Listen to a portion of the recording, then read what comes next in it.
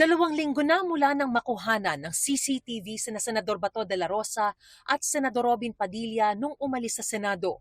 Ang makakuha ng CCTV ang naging basehan ng PNP-CIDG sa inirefer nitong reklamong obstruction of justice sa Department of Justice.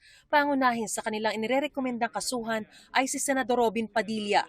Kinumpirma ni Prosecutor General Richard Fadulion na nakuha na nila ang reklamo ng CIDG bago mag-alas 5 ng hapon. By indispensable cooperation, it will not happen without him.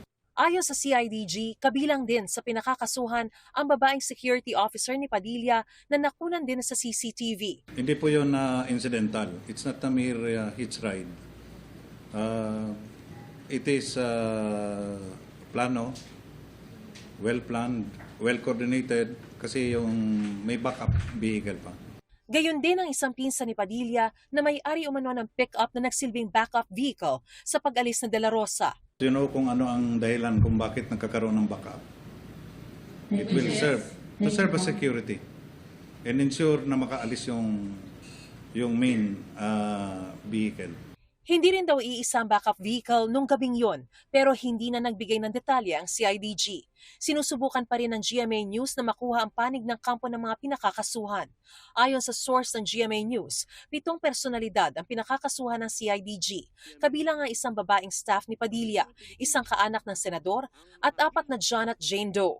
Iginiit naman ni Major General Morico na merong hawak na warrant of arrest para kay De La Rosa ang mga operatibang nagpunta sa 4 na lokasyon kung saan pinaniniwala ang naroon ng senador, taliwas sa sinabi ng asawa ni De La Rosa na si Nancy. We have our warrant of arrest na pinakita namin if it's needed.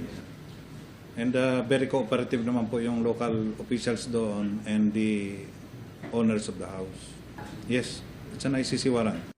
Sa isang post sa social media, pinakita ng asawa ni Senador De La Rosa na may mga police mobile sa ancestral home ng senador sa Davao del Sur. Sabay sabing siguruhin daw na lahat ng ginagawa ng mga otoridad ay naaayon sa batas dahil kung hindi, dasal daw niyang mag-self-destruct na sila.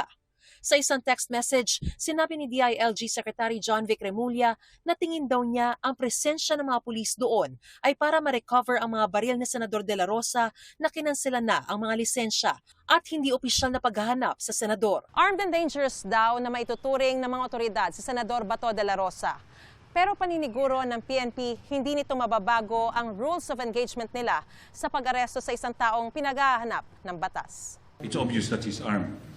117. But it does not change that the PNP will seek all peaceful means of apprehending Senator Bato de la Rosa.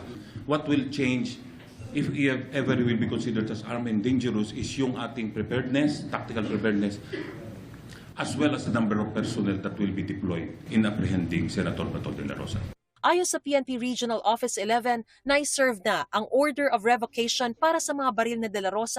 Sabi ng abogado ni De La Rosa, maghahain sila ng motion for reconsideration para rito. No, Senator De La Rosa has not been convicted of anything here in the Philippines, and there is no Philippine court which issued any order against him. So at our humble mind, baka nagkamali lang yung PNP. Ito ang unang balita. Mariz Umali, GMA News.